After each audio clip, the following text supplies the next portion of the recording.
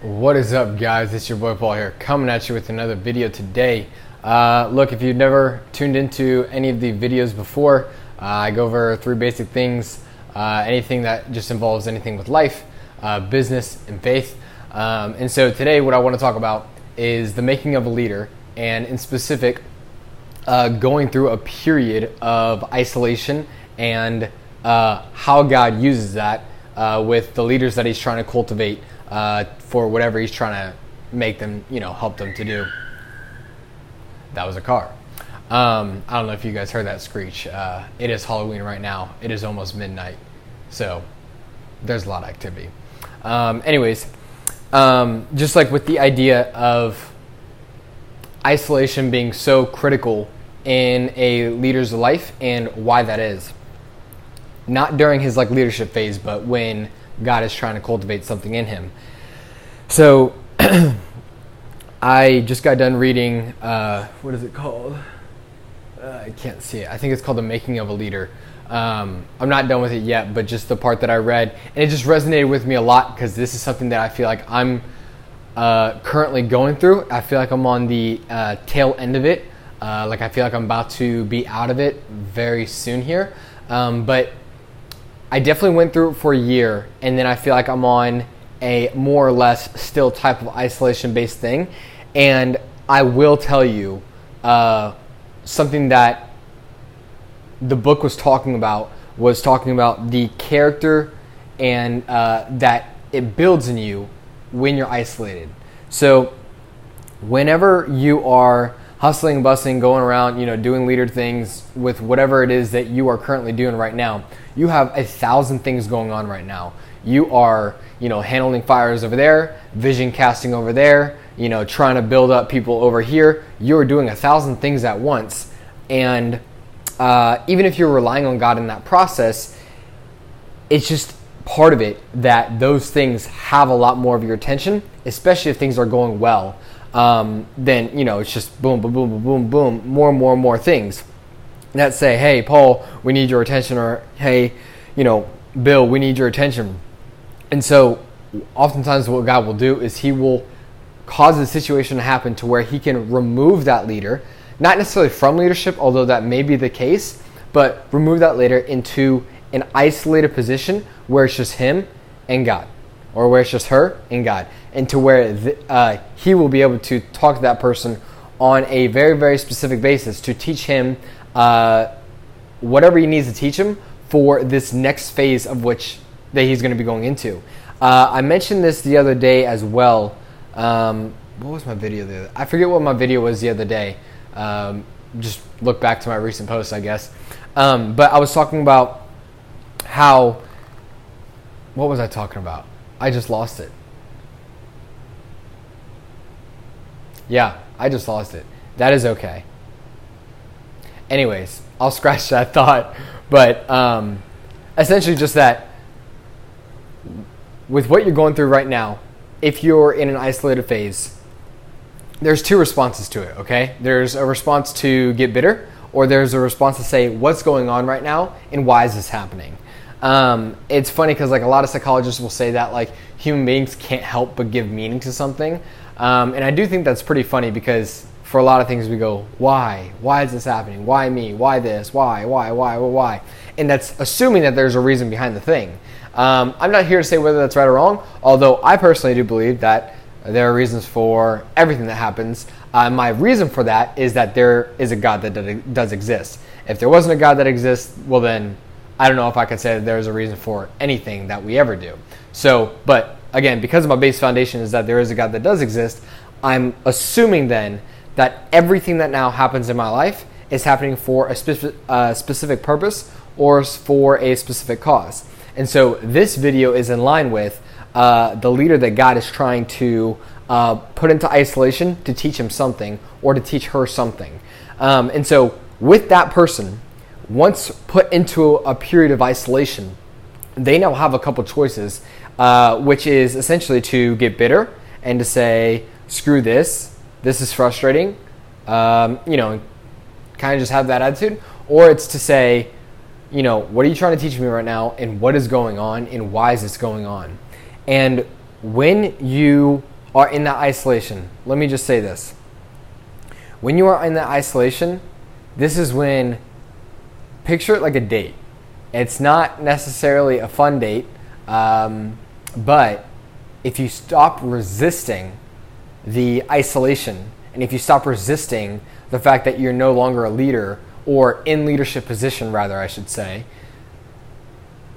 tune into the whisper of what God's trying to say. Tune into exactly what he's trying to tell you for where you are right now, because it is likely that he has you in a training camp, in a boot camp in the off season before he's about to put you back in the game, but just on a bigger stage. And you'll see this for, like, just take a naturalistic thing. So when people make it to the pros for whatever sport that they have, there's various levels at which people train. You have normal regulations that which the team puts on the players. Hey, you got to be here at this time. Okay, great. And then you have off season.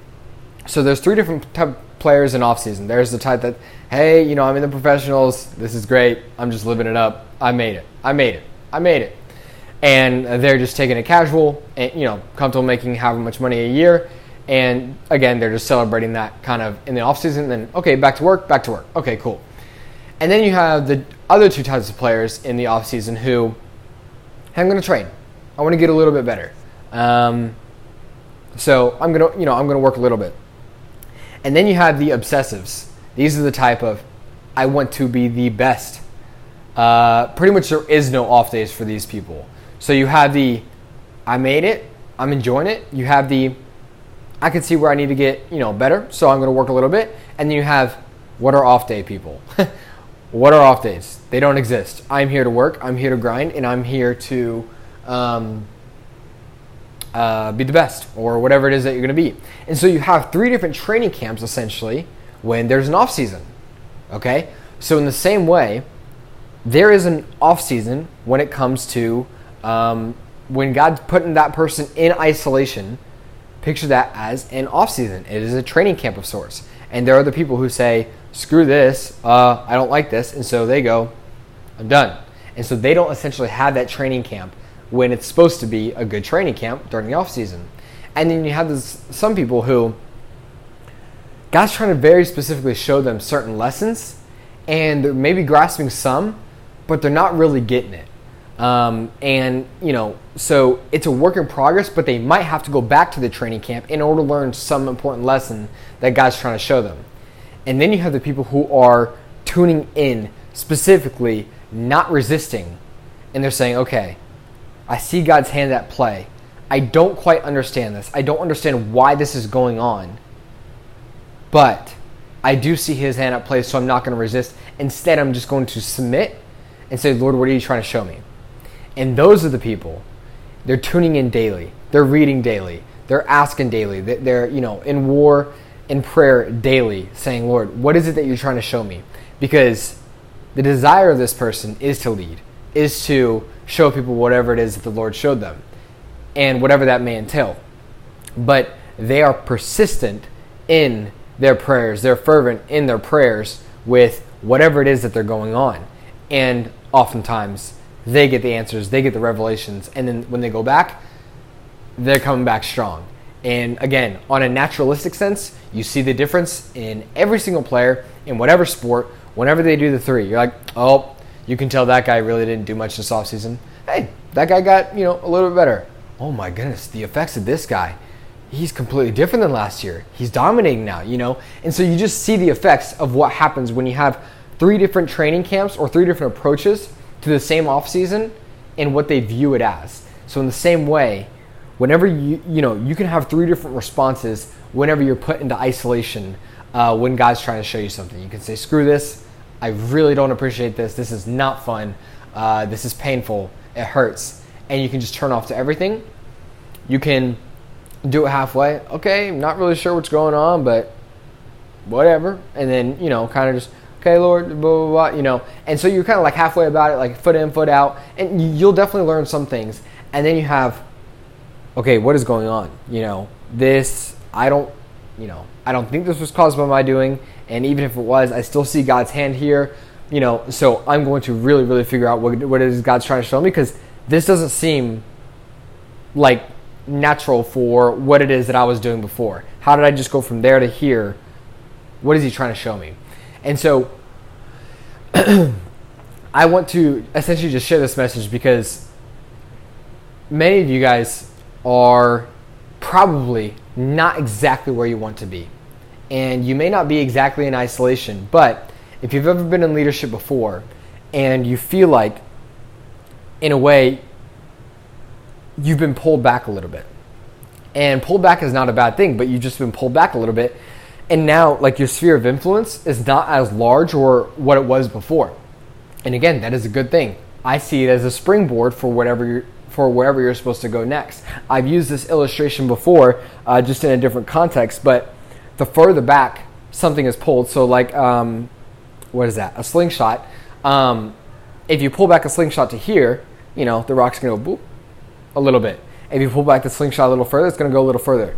But the further you pull it back, the further under tension you have it, and similarly to the further a person is in isolation, further that a person that is in, tension, in hardships, whatever else, the deeper the lessons that God's going to show that person, as long as they are engaging in it. Because again, that is active engaging in this process with attention. And then when it's released, destined to go where it's supposed to go, it just sails its course. And so I'm not promising that things will be smooth sailing after you come out that period of isolation, but hopefully you can get the example. Okay? So look, if you are in isolation and you feel like this is something that God's kind of just put in your life and you're not really sure why, take this video today, rewatch it if you need to rewatch it. Don't be passive, though. Don't be passive in this period when things kind of seem confusing or things seem a little bit hard. Don't be passive in that, okay? Be active, be fervent in prayer, and constantly be looking for what it is God's trying to show you, okay? So look, if this video helped at all, let me know down in the comments below. If you liked it, give it a thumbs up. If you know someone who could use this video as well, feel free to share it with them. And as always, stay tuned for the next one. All right, take care.